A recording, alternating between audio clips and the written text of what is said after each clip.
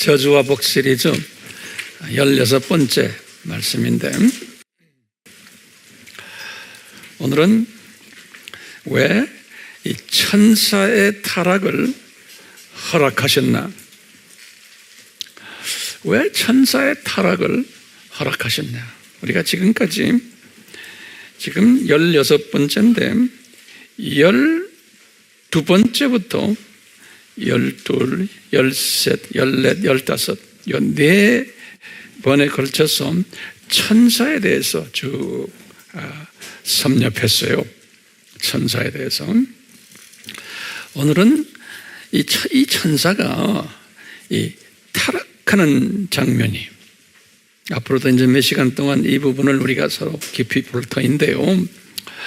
이 천사가 타락을 했는데, 우리 지난번에도 공부했지만 이 천사가 제일 높은 사회의 천사죠. 그 사회 이름이 뭐였죠? 그룹 사회죠. 네, 그룹 사회의 천사인데, 그 중에서도 제일 높은 그룹 2명이 있죠. 그 2명이라는 건 우리가 어떻게 알아요? 출애굽기 25장 8절에 성소의 그 법궤의 이야기가 나오는데, 그 법궤를 덮고 있는 2 그룹 천사들 기억나시죠? 이 말은 뭐냐면 하나님의 그 보좌에 그룹 천사가 2분이 있다는 거예요. 그런데 이 2 그룹 천사 중에 한 그룹 천사가 타락을 한 거예요. 한 그룹 천사가. 그 타락한 그룹 천사를 루시퍼다, 이렇게 이제 번역이 되어 있다고 그랬죠.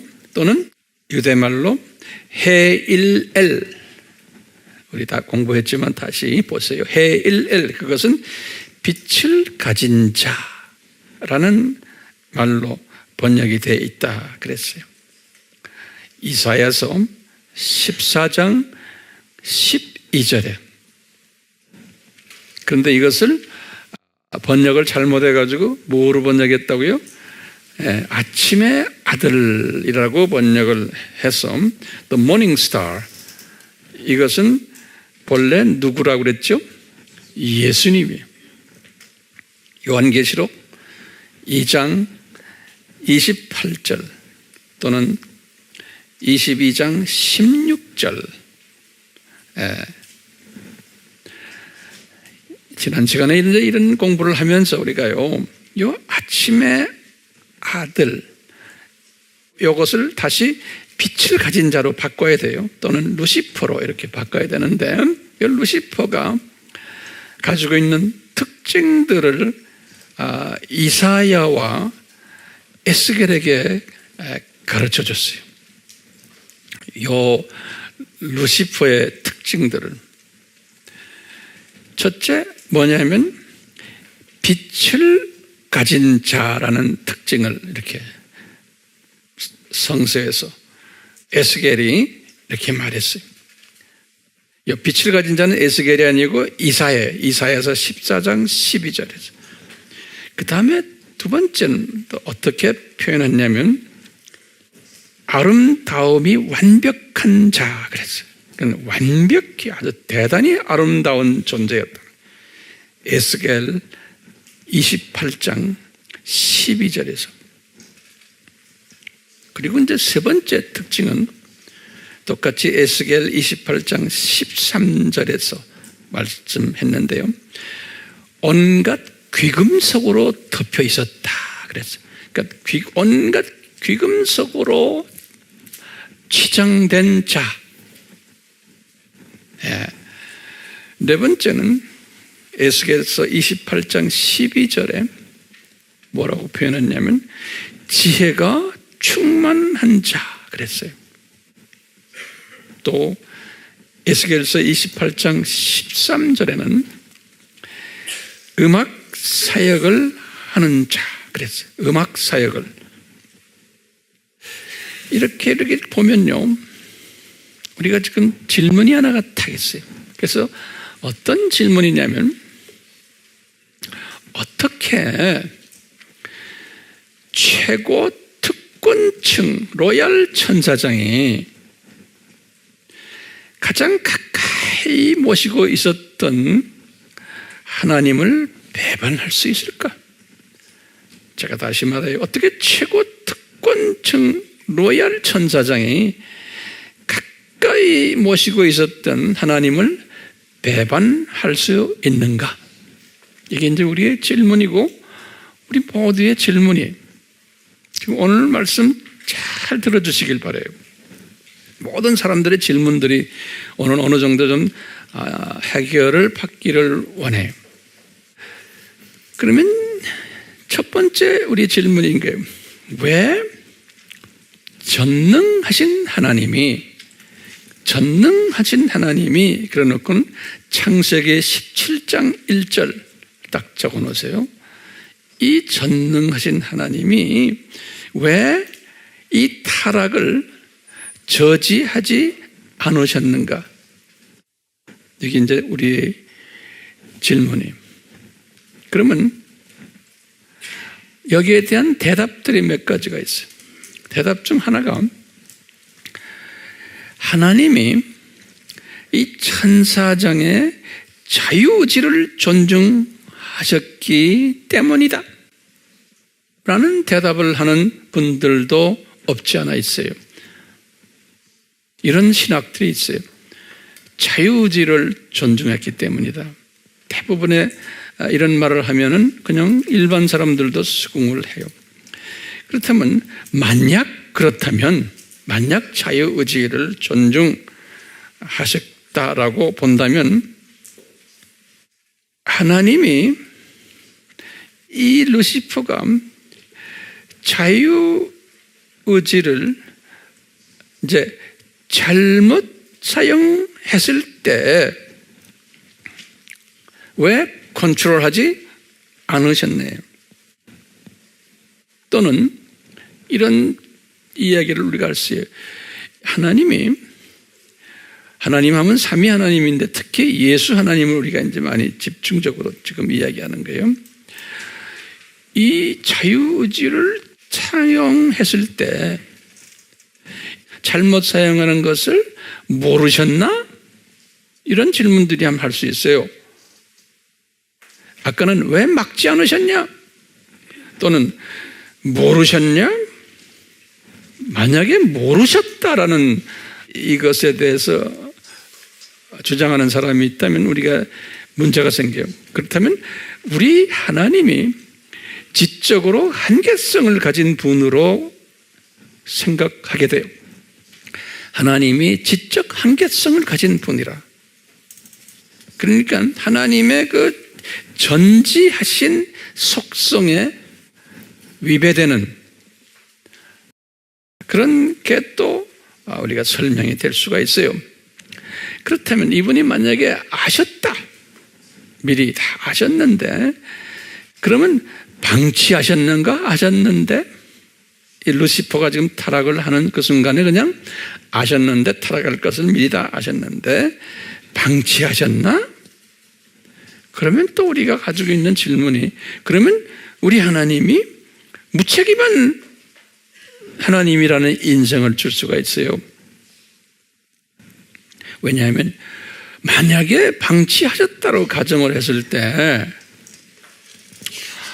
어떤 그 일들이 일어날 수 있냐면, 이 루시퍼가 타락을 이제 하게 됐을 때 거기에 따라오는 엄청난 파장이 있어요. 그 여파가 대단한 거예요. 전지하신 하나님이 만약에 방치하셨다면 그 여파까지도 다 보셨지 않았을까? 다시 그 여파가 뭐겠어요? 앞으로 창조될 아담이에요. 아담도 이놈 때문에 타락될 가능성이 분명히 있었겠죠. 그러다 보면 앞으로 이제 창조될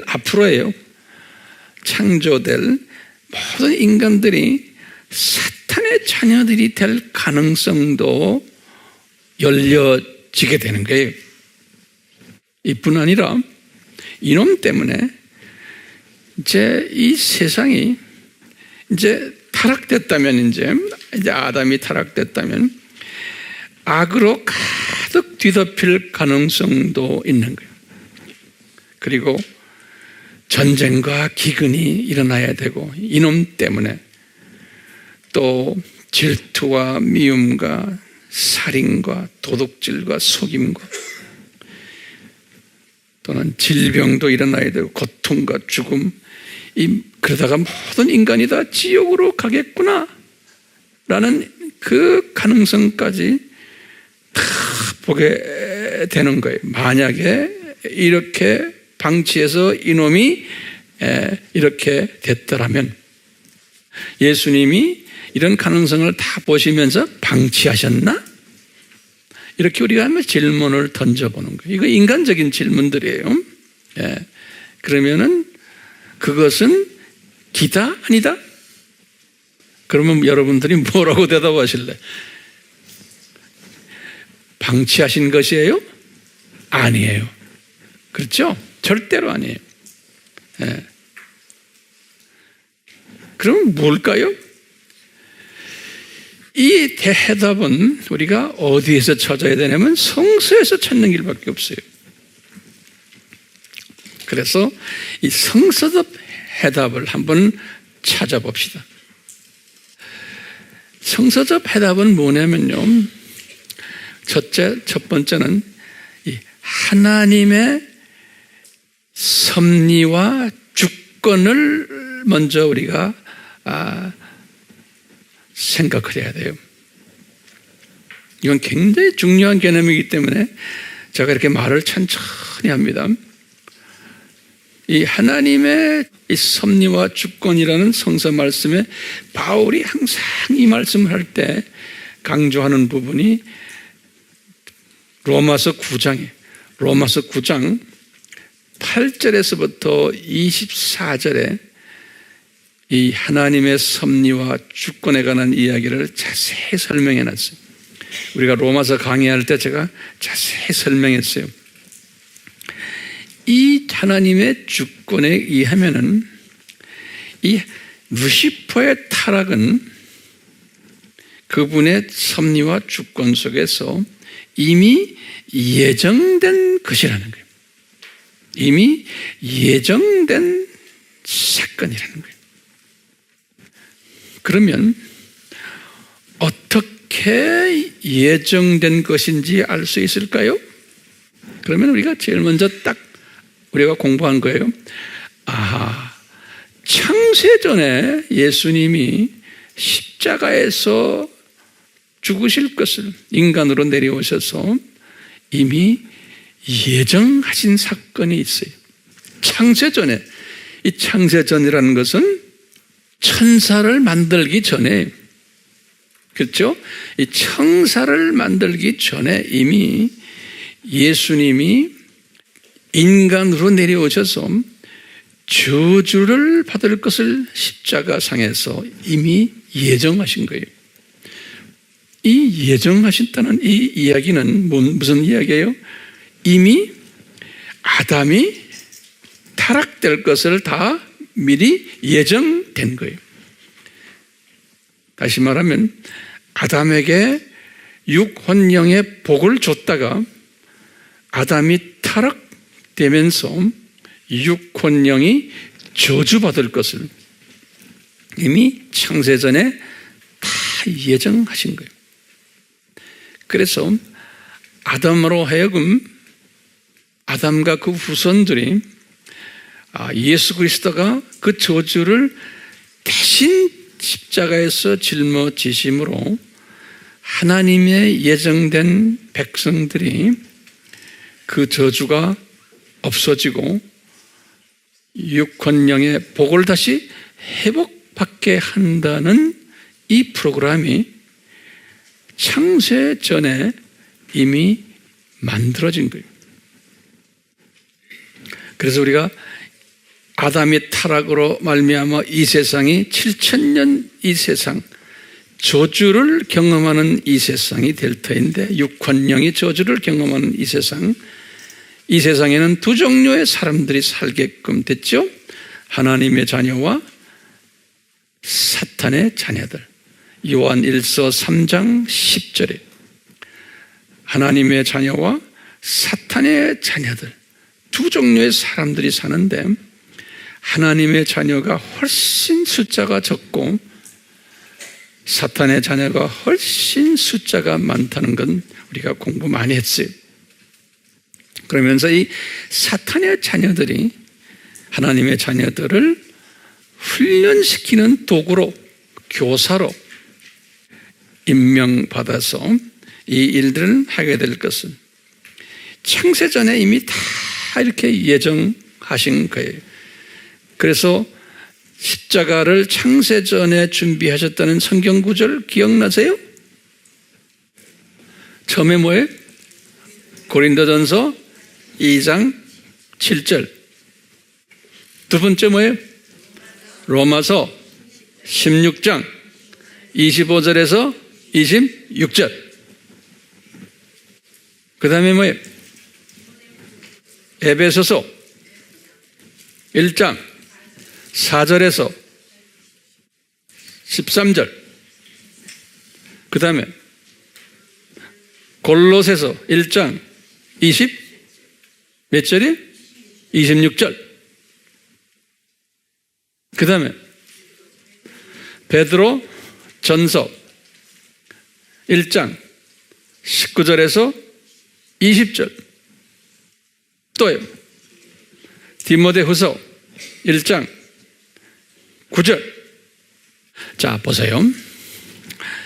이 창세전에 십자가 사건을 예정하셨다는 이 일은 무슨 의미예요? 아하, 루시퍼가 사탄이 될 것을 이미 예정하신 거와 같은 맥락 아니에요? 그렇죠? 그럼으로써 루시퍼를 통해서 장차 만들어질 아담이 타락할 것을 우리가 다 예측할 수 있는 거예요. 이것을요, 또 이런 표현을 바울이 하는 거예요. 우리 전지하신 하나님은, 그러면서 이제 로마서 8장 29절에서 30절. 이건 뭐냐면, 이 하나님의 전지하신 하나님의 모습이에요. 바울이 이것을 고백하는 거예요. 하나님이, 지금 우리가 예수님을 중심으로 얘기합시다. 예수님이, 이 바울이 그러는 게 로마서 8장에 속해 있는 사람들, 다시 말하면 지도자급 헌신된 사람들을 놓고 지금 말씀하시는 게, 지도자 모습이 이 지도자인 것을 미리 창세전에, 이분을 만들기 전에 foreknew라는 말, fore란 건 F-O-R-E, new, know의 과거형이에요. 그러니까 미리, fore란 건 미리거든요. 그래서 영어 성경은 foreknew, 헬라 말도 그렇게 되어 있어요. foreknew, 미리 아셨다는 거예요. 그것은 이제 한문 성경으로는 예지하셨다. 예지. 태어나기 전에 예지하셨다는 거예요. 그러면 거기에 관계되는 성경 구절 우리가 많이 공부했지만 또 하는 거예요. 예레미야에게도 똑같은 얘기였어요. 예레미야서 1장 5절에 예레미야에게 말씀하신 게, 예레미야야, 너 어머니 태에서 형성되기 전에 I foreknew, I knew, 너를 알았다는 거예요. 예레미야서 몇 장 몇 절이에요? 1장 5절이에요. 자, 여기 보면 로마서의 8장 29절에 보면 내가 너를, 순서가 굉장히 중요해요. 내가 너를 예지했고, 그 다음에 뭐예요? 예지하시고, 그 다음에 예정하신 거예요. 그러니까 foreknew and predestined, 영어로는 그렇게 돼 있어요. 그리고는 예정하셨다는 거예요. 그 다음에 순서가 예정된 다음에 하나님의 때가 됐을 때 어떻게 해요? 콜링 한다는 거예요. 부르셨다. 그런 거예요. 때가 됐을 때. 그리고는 뭐가 나와요? 또 부르시고는 그 다음에 의롭게 하시고 justified라고 그래요. 그것도 다 과거형이에요. 그러니까 미리 다 하셨다는 거예요. 전부 과거형으로 되어 있어요. 그 다음에 뭐예요? glorified, 영광스러운 자로. 다시 말하면 천국에 가면 굉장히 높은 위치에 있는 자로. 그런 소리. 이렇게 미리 다 디자인 하셨다는 거예요. 그러니까 이게 언제 디자인했다는 거예요? 창세 전에. 그러니까 내가 태어나기 전에. 그러니까 이 루시퍼 사건도 다 이런 관점에서 보는 거예요. 자, 그 다음에 보세요. 우리 바울 이야기를 쫙 보면요. 갈라디아서 1장 15절에 이거 꼭 한번 다시 성경 열어봐 주세요. 바울이 지금 이 로마서를 썼잖아요. 근데 바울이 자기 자신을 이야기하는 게 나와요. 성령님께서 바울에게 네가 언제 이렇게 예수님의 종이 됐느냐? 자기가 언제? 그럴 때 갈라디아 교인들에게 하시는 말씀이 있어요. 1장 15절에 성령님이 바울에게 그러는 거예요. 뭐라고 써 있어요? 내가 어머니 태에 있었을 때 어떻게 했다는 거예요? 예? 택정, 다시 말하면 예정 받았다는 거예요. 그러니까 요 지금 8장 로마서 8장 29절에서 나오는 예지 다음에, 그러니까 이미 예지를 받은 분인데 이제는 예정이 택정됐다. 택정이란 거는 chosen, 다시 말하면 불림을 받았다는 의미로 해석하면 되겠어요. 어머니 뱃속에 있었을 때. 그러니까 항상 보면요, 그러다가 이제 하나님이 때가 되었을 때 하나님이 이제 부르시는 일을 이루시는 거예요. 다시 말하면요, 지금 요 루시퍼가 타락한 사건도 이미 창세 전에 예지하시고 예정하시고 하나님이 때가 되었을 때 부르시는 거예요. 루시퍼가 타락하도록 부르시는 거예요. 그 모든 것은 하나님의 때가 있어요. 그러면 우리가 성경 어지를 딱 해야 돼요. 전도서 3장 1절에서 8절에 이것도 우리가 다 연관해서 같이 외워야 되죠. 이 하나님의 주권 하에서 하나님의 때가 되었을 때 솔로몬이 말하는 거예요. 하늘나라의 모든 것이 시기가 있고 때가 있다는 거예요. 태어날 때가 있고 죽을 때가 있고 심을 때가 있고 뽑을 때가 있고 죽일 때가 있고 치유할 때가 있고 헐 때가 있고 또는 지을 때가 있고 울 때가 있고 웃을 때가 있고 애도할 때가 있고 춤을 출 때 있고 얻을 때가 있고 잃을 때가 있고 내가 간수할 때가 있고 버릴 때가 있고 찢을 때가 있고 꿰맬 때가 있고 침묵할 때가 있고 말할 때가 있고 사랑할 때가 있고 미워할 때가 있고 전쟁할 때가 있고 평화할 때가 있다는 거예요. 이런 하나님의 주권 속에서 하나님의 때에 관한 이 사상, 이것이 우리 기독교인들의 사상이에요. 우리가 이 역사를 들여다봐도 그러는 거예요. 남북 문제도 보면 다 그렇고요.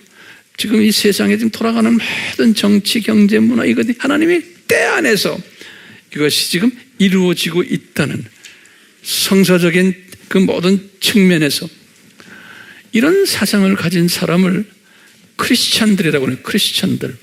그러니까 사탄의 자녀들과 이 하나님의 자녀들이 세상을 보는 시각의 차이가 엄청난 거예요. 그런데 놀랍게도 하나님의 자녀들인데도 이런 시각을 가지고 있지 않는 사람들이 엄청나게 많은 거예요.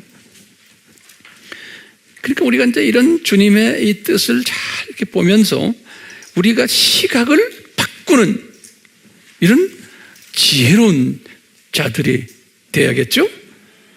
그런 지혜로운 자들이 되라고 지금 오늘 이 말씀을 이렇게 나누고 있잖아요. 근데 문제는 나만 지혜로운 자가 돼서는 안 되잖아요.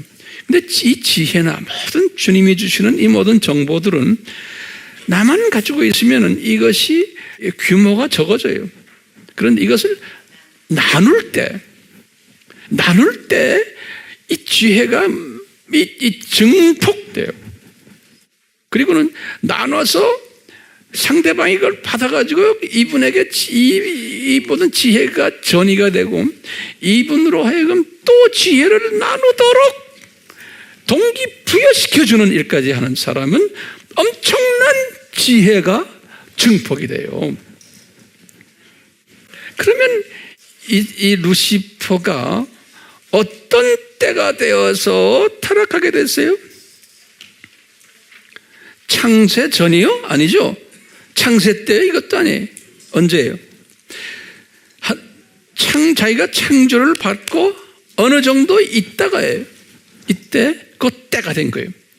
그러니까 영원 세계 속에서요. 아담 창조 전이요? 아담 창조 후요? 아담 창조 전이에요. 자, 그러면 어떻게 루시퍼가 타락하도록 이끄셨는가? 이게 또 우리의 질문이에요. 어떻게 루시퍼가 타락하도록 이끄셨는가? 이렇게 디자인 됐다면 이것을 이사야와 에스겔에게 정확하게 또 가르쳐줬어요. 이사야서 14장 13절에서 14절에 어떻게 이 부분을 이사야에게 가르쳐줬냐면, 자신이 지금 모시고 있는 지극히 높인 하나님을 모시고 있으면서 이 하나님에게 반역하는, 다시 말하면 자기가 하나님처럼 되려고 하는 마음을, 생각을 그 행동하도록 이끄셨어요. 그러니까 이런 마음을 가지도록, 그리고는 행동에까지 가도록 누가 이끄셨어요? 다시 말하면 이것은 예수님께서 또는 성령님께서 이 루시퍼가 이런 마음을 가지도록, 마음을, 생각과 마음과 행동을 가지도록 이끄셨다라고, 그런 마음을 먹었다라고 이렇게 말씀했어요. 이사야서 14장 13절에서 14절에 다시 말하면 하나님이 때가 되어서 이 예지하시고 예정하시고 이 계획한 모든 일들이 일어난 것 뿐이에요. 그렇죠? 이게 결코 우연이 아니에요.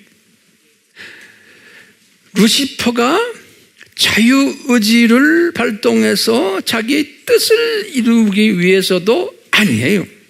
이건 하나님의 뜻을 이루시기 위해서 이 루시퍼의 자유의지를 이런 식으로 발동하도록 이끄신 것뿐이에요. 이런 이야기를 에스겔에게도 똑같이 말했어요. 에스겔서 28장 15절에 때가 차서 이 죄악의 마음이 루시퍼의 마음속에 움틀거리고 있음을 발견했다. 에스겔에게 이렇게 말했어요. 움틀거리고 있었다. 이런 마음이. 자, 그러면 좀 더 구체적으로 어떻게 이런 마음을 가지도록 이끄셨는가요? 다시 말하면 어떻게 이 루시퍼가 이런 마음을 가지게끔 됐을까?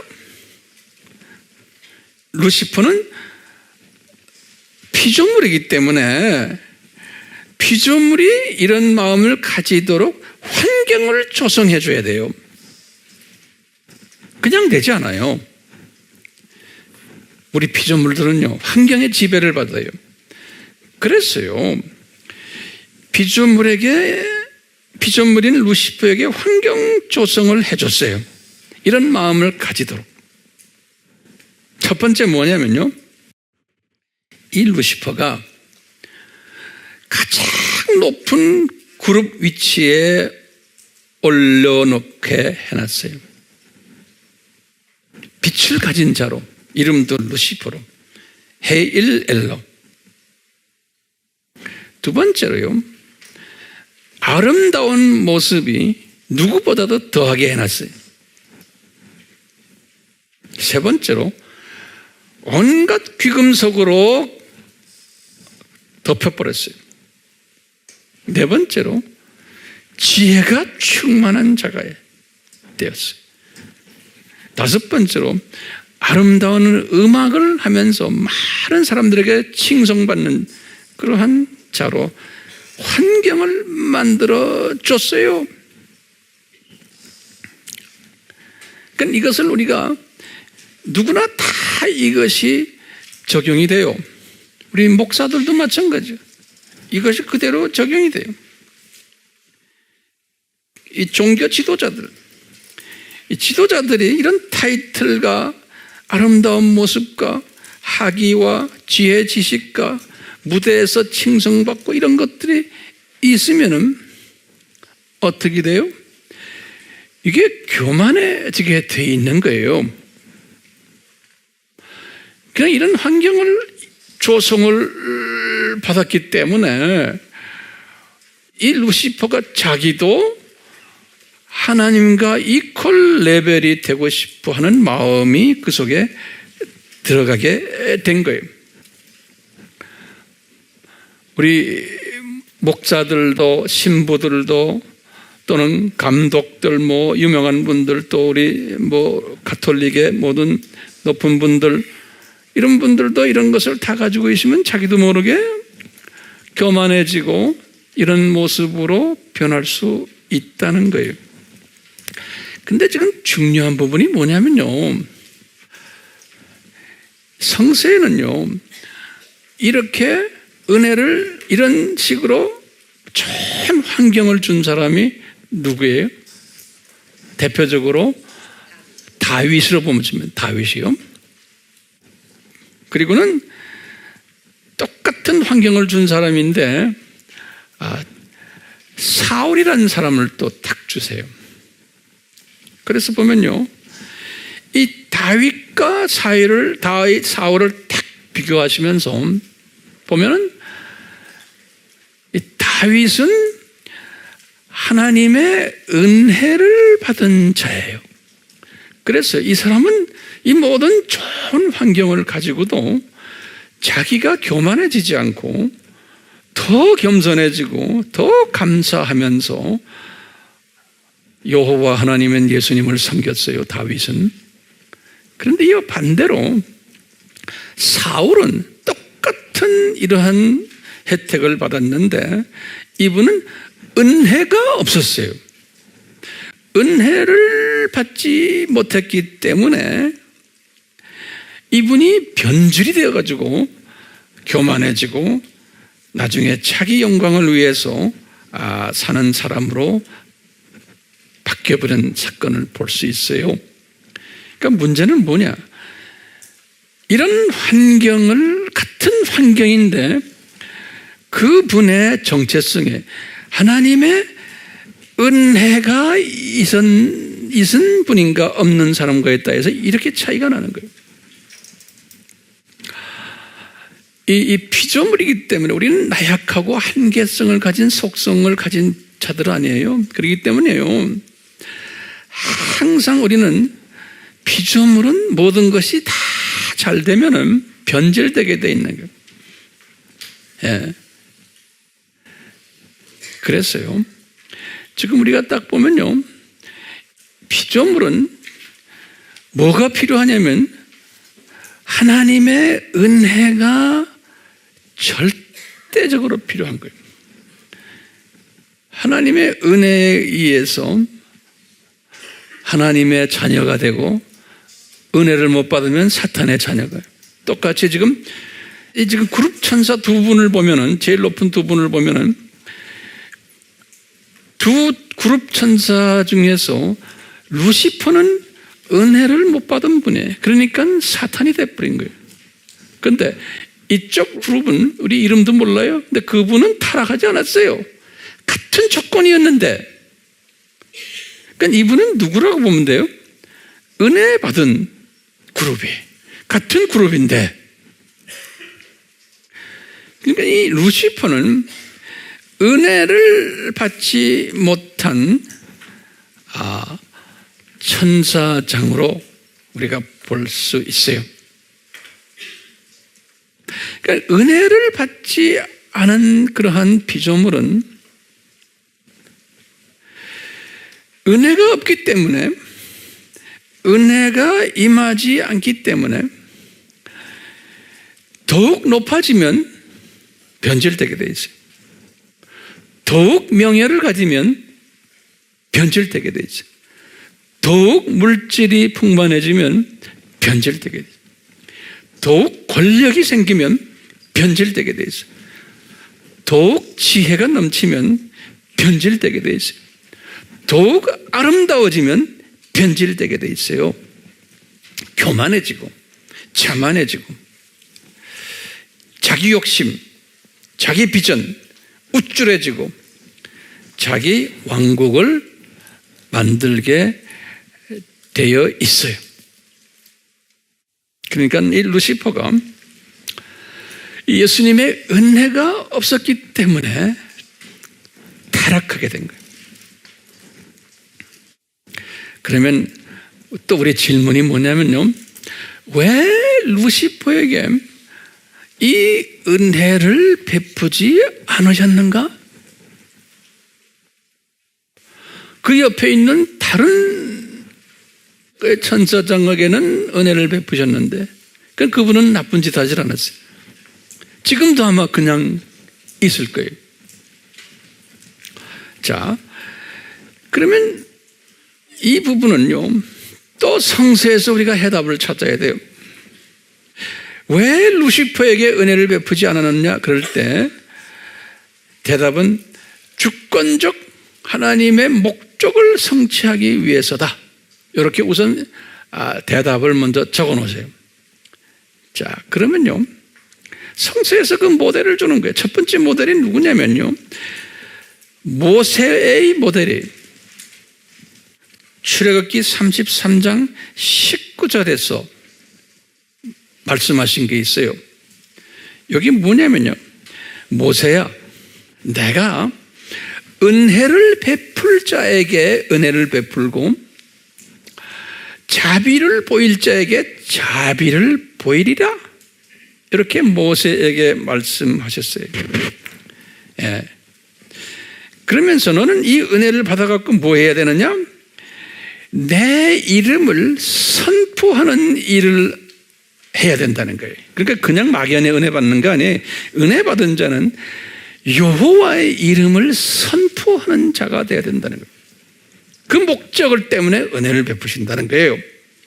그것을 출애굽기 30절 19절에서 말씀하셨는데, 이 말씀을 그대로 바울이 딱 받아가지고 하나님의 주권을 설명할 때, 바울이 로마서 9장 15절에서 그대로 인용을 해요. 하나님의 주권을 설명할 때, 그러니까 하나님의 이 주권에 의해서 모세에게 일방적으로 은혜를 베푸셨다는 거예요. 모세에게. 그러니까 그냥 모세가 은혜를 받은 것이 아니고 목적이 있는 게 여호와의 이름을 선포하는 자로 만들기 위해서. 그러니까 우리도요, 이 은혜를 받았다고 그래놓고는 나 혼자 끼고 있으면 아무 은혜의 의미가 없어져요. 여호와의 이름을 선포하는 일에 참여하셔야 돼. 직접 간접으로. 그러면 그 은혜가 열매를 맺어요. 상급도 만들어지고, 그러면서요 모세에게 이런 설명을 하세요. 모세야, 너 바로왕 알지? 바로왕, 애굽의 왕. 이 바로왕에 대해서 내가 가르쳐줄게. 그 사람은 내 일을 하는 사람이지만 은혜가 없는 사람이라는 거예요. 그 말을 나중에 바울이 또 인용하시는 거예요. 하나님의 주권 속에서 하나님의 일을 하는 바로왕이지만 은혜를 받지 못한 자라는 거예요.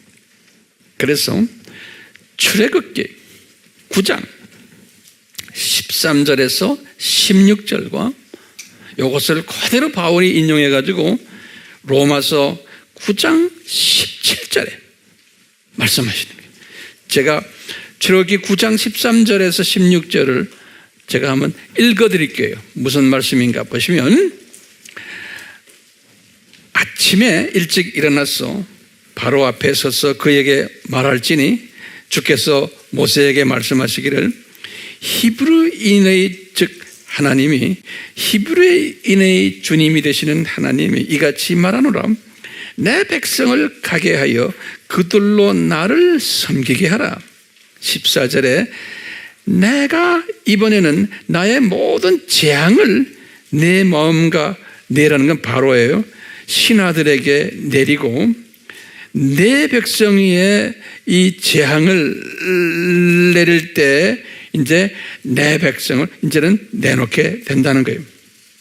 그럴 때 15절에 이제 내가 내 손을 뻗쳐서 전염병으로 바로왕과 그 백성을 치면 내가 땅에서 끊어지리라. 내가 너를 세우면, 그때 지금 이 바로왕을 세운 것은 곧 내 능을 내 안에 보여서, 내 능력을 내 안에 보여서 내 이름이 온 땅에 걸쳐 선포하게 하려 함이라.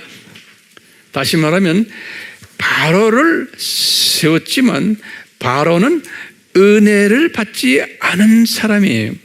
그러니까 사탄의 자녀로서, 다시 말하면 루시퍼의 하나의 모델이 은혜를 받지 않은 악역을 하는 사탄의 자녀지만 하나님이 세워서 하나님의 주권적인 뜻을 이루시기 위해서 사용하시는데, 이분을 어떤 목적으로 사용하느냐? 예수님의 이름이 온 땅에 선포되도록 사용하신다는 거예요.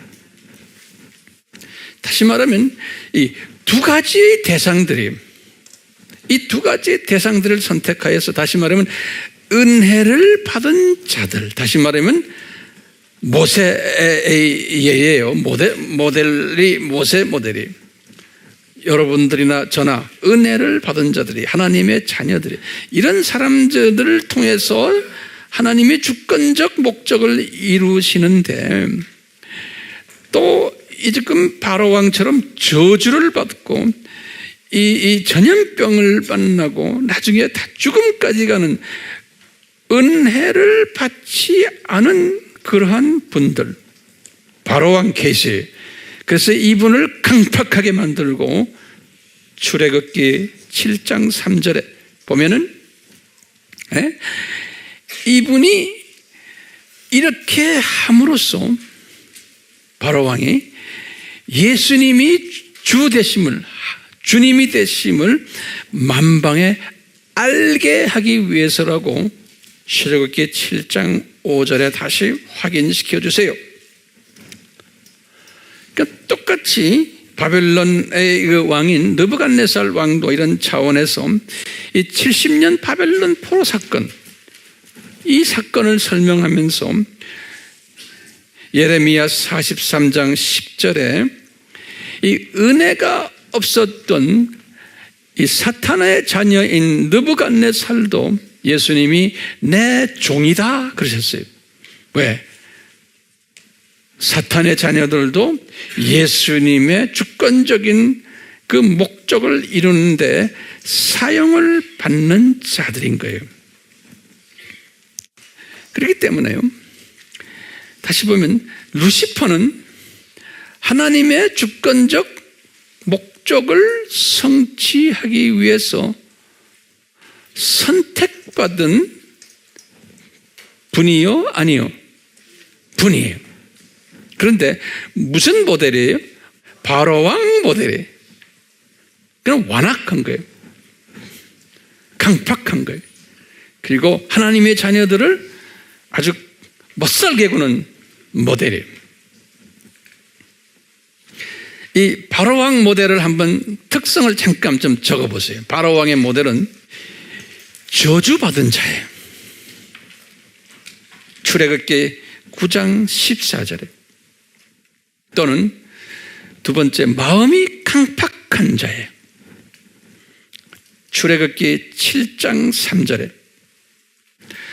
세 번째는 장차 잠시 하나님의 자녀들을 노예화할 자예요.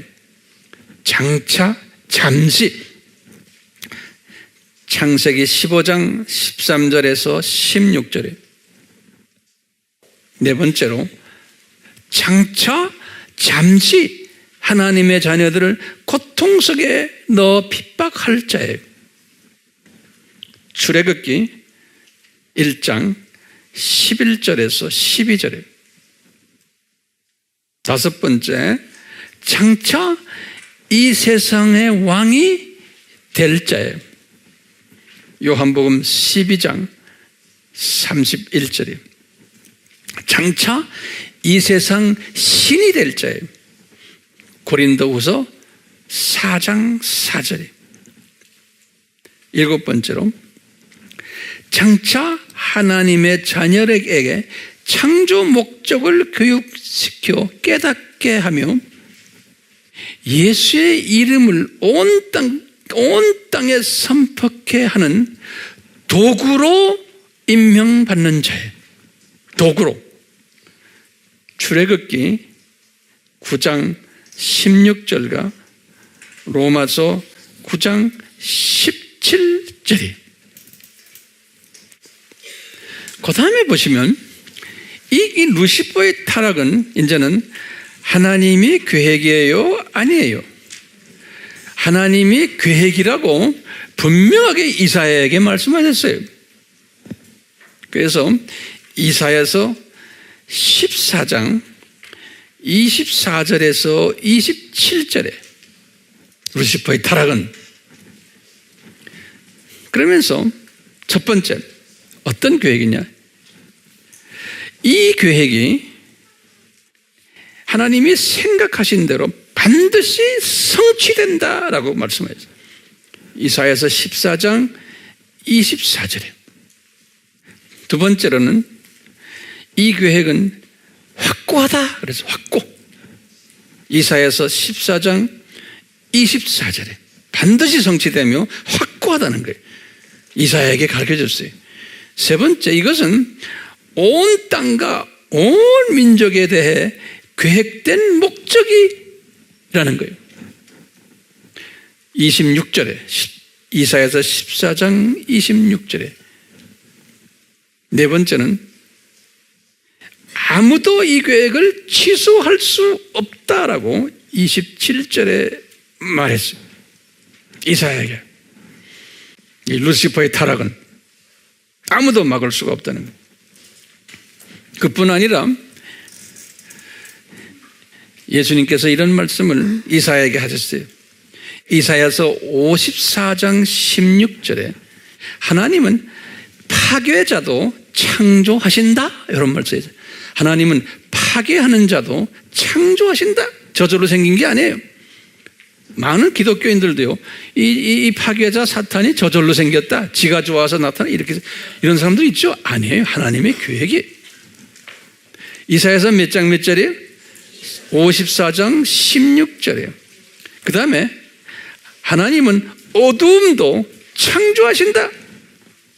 이사야서 45장 7절이에요. 그리고는 다윗에게 그랬어요. 하나님의 계획은 영원하다. 시편 33장 11절이에요. 그러면 제가 다시 한번 여쭤봐요. 하나님의 계획이 뭡니까? 큰 계획이 뭡니까? 그러면 장차 이제 창조될 하나님의 자녀들을 뭘 가르치려고요? 창조 목적을 재훈련시키기 위해서예요. 그래서 어떻게 해요? 복을 줬다가 복을 뺏어가고 저주를 받게 한 다음에 이 세상에서 어려운 환경 속에서 살다가 예수 그리스도를 통해서 예수님이 저주를 다시 우리 대신 지시고 우리에게 생명을 주시고 복을 주셨다는 그 사건을 통해서 훈련을 받은 다음에 다시 저 세상으로 데려가게 하는 것이 우리의 삶의 모습이에요. 이 세상의 모습이에요. 이것을 가르쳐주기 위해서 이 루시퍼의 모델을 예정하신 거예요. 이것이 바로왕의 모습으로 거울로 보여주시고, 그러니까 우리에게는 이 루시퍼가 필요해요? 안 필요해요? 이 루시퍼가 필요한 거예요. 루시퍼의 자녀들이 우리에게 필요한 거예요. 예. 이 신비로운 그리스도의 신비를 우리 크리스찬들은 믿어야 되는데 믿지 않는 크리스찬들이 있어야 돼요. 진보주의나 자유주의나 다원주의 사람들은 이런 부분을 잘 믿질 않는 거예요. 그렇기 때문에 이것도요, 복이 있는 자와 복이 없는 같은 크리스찬이지만 엄청난 차이가 있어요. 그러면 어떤 사람이 같은 크리스찬이지만 이것을 믿을 수 있을까요? 그러면 답이 뭐예요? 은혜가 임해야 돼요. 이것을 믿을 수 있는 은혜가 임해야 돼요. 이 은혜가 임하지 않고는 아무리 우리가 설명해주고 아무리 가르쳐줘도 안 되는 거예요. 그러니까 여러분들이 가르치는 과정 속에서 이런 걸 가지고 자꾸 까장까장 뭐 따지고 이런 사람들에게는 어떻게 해야 돼요? 설명해 줄 필요가 없어요. 그냥 제쳐 뿌리세요. 제가 뭐라고 그랬죠? 제쳐 뿌리라고. 왜 그래요? 은혜가 없기 때문에. 그건 주님의 문제지 우리 문제가 아니에요. 아무리 해도 안 되는 사람은요, 은혜가 임한 사람은 한마디만 따가면 딱 알아듣는 사람이 있어요.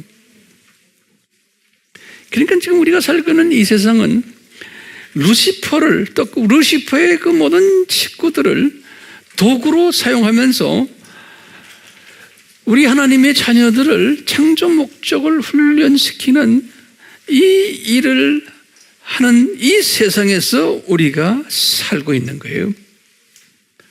그렇기 때문에 이 세상은 악이 득실거려야 돼요. 그렇죠?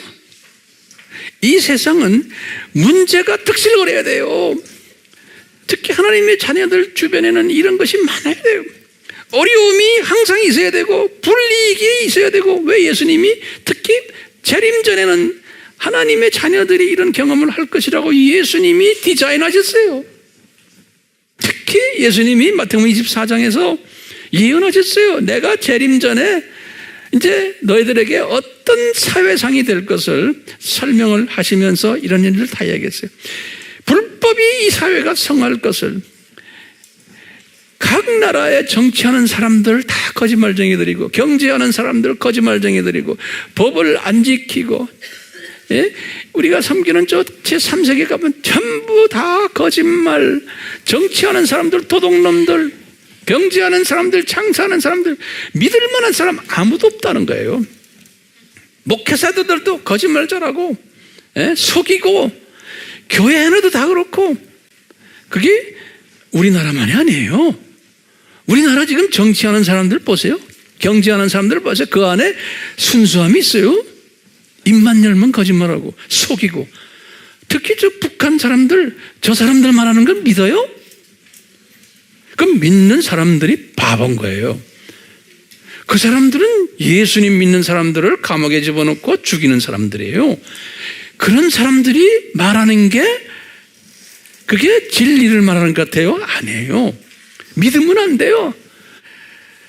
지금 이 세상은 사탄의 종교가 엄청나게 지금 많이 퍼지고, 거기에다 기독교가 다원주의로 변해가지고 지금 엄청나게 변질돼 갖고 있는 이 세상. 이 거짓 선지자가 여기저기서 적그리스도가 여기 지금 막 나타나는 이런 때 아닙니까? 그러니까 이런 것은 있어야 돼요, 없어야 돼요? 있어야 되는 거예요. 왜? 있을 것이라고 예수님이 말씀하셨잖아요. 예? 그러니까요, 이런 거에 대해서 우리가 막 열을 내고 할 필요가 없는 거예요. 이런 것이 있을 것이라는 것을 우리는 어떻게 해야 돼요? 이것을 소화하고는 내 사랑하는 주변의 하나님의 자녀들에게 가르쳐줘야 되는 거예요. 이분들이 깨어나도록. 그러니까 이런 모든 것이 딱 일어났을 때 우리는 어떻게 해야 돼? 이것을 한눈으로 딱 보는 사람은 범사에 감사하게 돼 있는 거. 아, 주님, 어떻게 이 모든 이 신비들을 나에게 보여주십니까? 이것을 내가 이렇게 소화할 수 있는 시각을 저에게 주시네요. 범사에 감사한 것이. 예? 로마서 8장 28절. 하나님을 사랑하는 자, 그 뜻대로 부르심을 입은 자들에게는 모든 것이 앞에서 선을 이루는, 이것을 우리가 딱 보는 거예요. 이것을 소화하는 사람은 이 말씀이 그대로 나에게 와서 적용이 되는 거예요. 그렇기 때문에요, 이 은혜 받은 자는 벌써 이 시각이 변한 사람이에요. 이 은혜 받은 사람은. 그러니까 우리는요, 이 시각이 변하는 이 은혜를 받아야 되는데, 우리 AMI 교회 교인들은 제가 볼 땐 이 은혜를 이미 받은 자들이에요. 그러니까 우리는 이 은혜를 받은 자들이니까 이 은혜를 나누는 자가 돼야 돼요. 네. 이 은혜를요, 나누기 전에 이 은혜를 내가 누려야 돼요. 이 은혜를 누리면서 자동적으로 그것을 남에게 이게 퍼주는 그런 사람이 돼야 돼요. 그런 사람. 그렇죠? 그러니까 이 세상은 점점 나빠지고 어려워지고, 핍박이 있을 것이고, 불법이 성할 것이고, 거짓이 판을 칠 것이고, 다원주의가 판을 칠 것이고, 이 진리가 변질될 것이고, 이런 것을 다 보는, 은혜를 받은 사람은 이것이 한눈에 보이는 거예요. 이것이 보이는 거예요. 오케이? 이게 보이시세요? 예. 이걸 보이면, 이 보이는 건 뭐냐면 은혜를 우리가 누리는 거예요. 이 세상을 보는 시각을 내가 딱 보고, 그러면서 거기에서 어떻게 해야 돼요? 이 은혜를 나눠야 돼요. 나눌 때 은혜의 그 볼륨이 커지는 거다. 시각이 더 커지고, 이것을 내 주변에 내 가족에게, 내 가족이 아직 때가 아니면 안 들으면 놔두세요. 다 때가 있어요. 예? 또 주변의 사람들에게 나누다가 안 받으면 때가 있어요. 그대로 또 딴 데 하는 거예요. 계속 하는 거예요. 그러니까 쉬지 않고 안 받으면 넘어가고, 안 받으면 넘어가고, 이러면서 이것을 나누는. 그러다 보면 이 세상에 지금 우리 TV에 KBS 9시 뉴스 딱 들어보면 탁탁 몇 개만 딱 보면 딱 닫아버려요. 왜요? 부를 거 없어요. 그래야 되잖아요. 이 은혜를 가진 사람은 웹에 들어가서도 뉴스 몇 개만 딱 보면 그다음 볼 거 없어요. 이 은혜 속에서 이 은혜를 누리면서 이 은혜를 전하면서 사는 우리 모두가 되기를 예수님의 이름으로 축원합니다. 루시퍼는 은혜 받은 자요? 아니요. 누구 모델이요? 바로왕 모델이에요. 모세는 은혜 받은 자예요. 주님께서 그랬죠. 은혜를 받을 자는 내가 계속 은혜를 주고, 자비를 받을 자에게는 계속 자비를 주신다는 거예요. 이건 하나님의 무슨 권이요? 주권이요. 이 주권을 인정하시길 바라요. 우리 같이 기도합시다. 이곳에 계신 예수님, 오늘 이 루시퍼의 타락, 왜 이것을 허락하셨나? 이러한 주제로 주님의 마음을 섭렵했습니다. 예수님, 저희들 인간들 제한된 이성과 지식과 지혜 속에서, 명철 속에서 이 주님의 마음을 저희들이 다 소화하진 못하지만 성령님이여 도와주시옵소서. 이 주님의 마음과 우리의 마음이 하나가 되어 이 주님의 뜻을 잘 소화하는 지혜자들 되도록 은혜 베풀어 주시고, 이것을 누리면서 이것을 나누는 그러한 복된 자들 되기를 소원합니다. 언젠가는 저희들이 주님 앞에 섰을 때 이 부분에 대해서 주님이 여쭐 때가 올 터인데, 잘 대답할 수 있는, 자신 있게 대답할 수 있는 우리 모두가 되도록 이 복을 내려 주시옵소서. 예수님의 이름으로 기도드리옵나이다. 아멘. 지금 이 시간은 우리 하나님 아버지의 극진하신 사랑하심과 예수 그리스도의 무한하신 은혜 주심과 성령님의 감화 감동, 가르쳐 주심과 깨닫게 하심과 순종케 하심이 우리에게 항상 있기를 축원하옵나이다. 아멘.